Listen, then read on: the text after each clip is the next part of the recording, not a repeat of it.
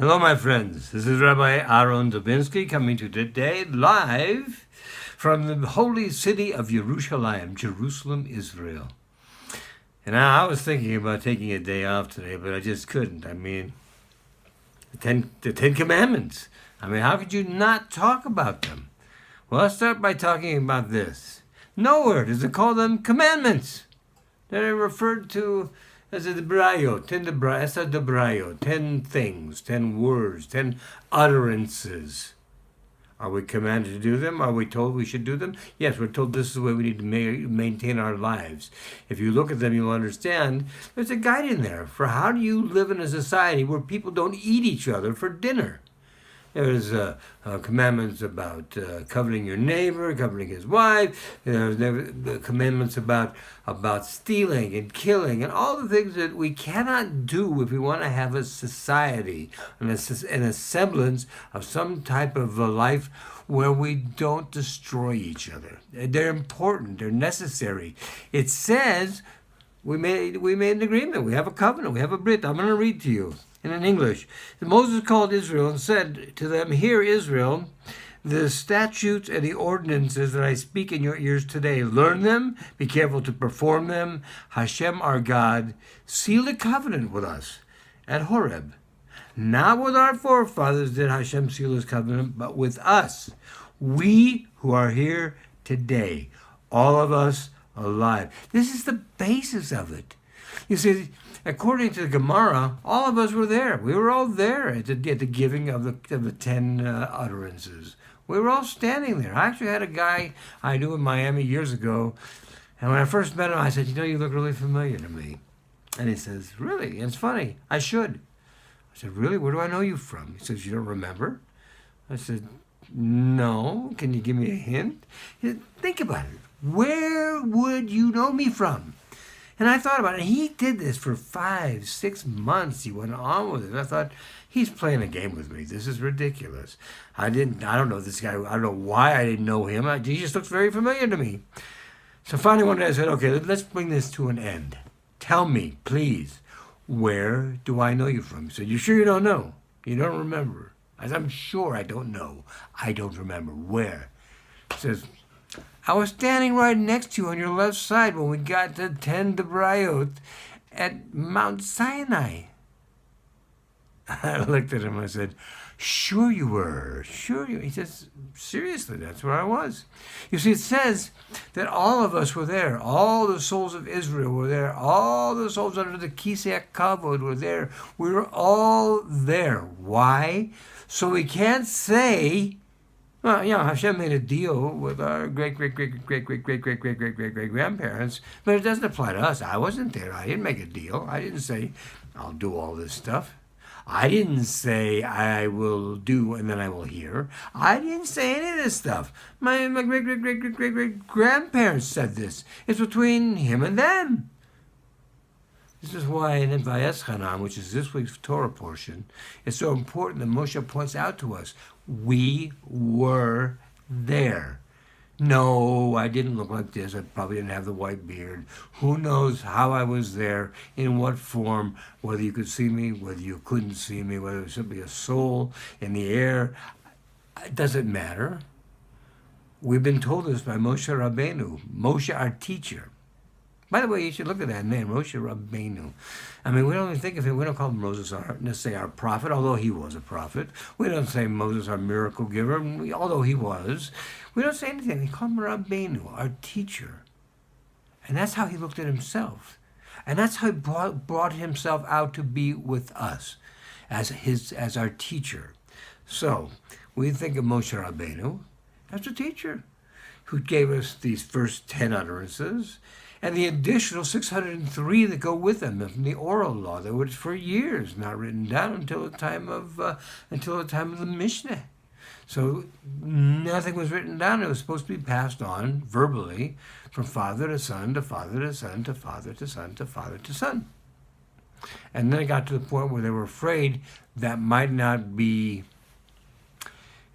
possible in the world in which we live, the environment in which we live, the people we lived amongst, might not allow that to happen. So it was decided it needed to be written down. It was written down. The Mishnah was written down.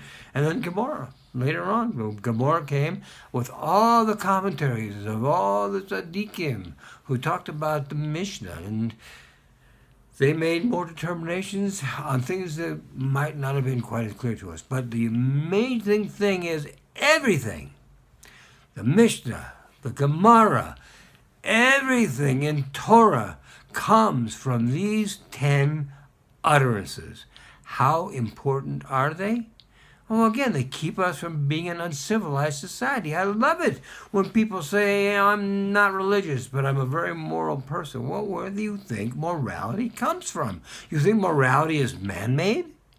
I have a surprise for you. Morality is most certainly not man-made. It is God-made.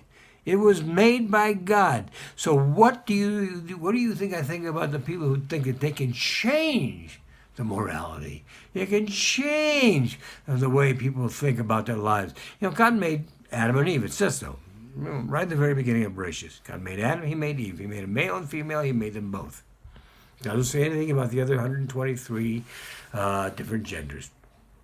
He made 2, and that's it. The other ones are people decided that this should be a gender, and that should be a gender, and this should be a gender, and that should be a gender. That's fine. You can think that. You can think that.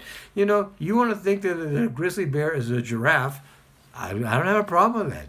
That's your problem of your perception. And perception is everything, my friends. Perception about what the 10 utterances were and what they weren't. They hit things that are important. And why is it important to honor your father and mother? Well, it tells you why. It tells you exactly why. So that the days your days on the earth that Hashem has given you should be better. It's for you. It's not for them. It's for you. But I'm going to tell you something. It is for them as well. We live in a world which is moving around all the time. Parents separated from children, children separated from their parents. Your parents may be living in Phoenix. You live in New York. You're not with them. And what ends up happening is because of distance sometimes, we have machlokas, we have arguments, we have disagreements. I know I had one with my father for 17 years. I had one. I have a friend I just visited his shiva house who just lost his father. And he also had some issues with his father. But both of us were lucky enough to have made up with them before their passing. Him very shortly before his passing, me very shortly before my father's passing. Why is it important to honor these people? Who's our father? Who's really our father? I mean, I'm not talking about who's on your birth certificate. Who is our father? And mother, for that matter. Hashem. HaKadosh Baruch Hu is our father. But he has lots to do.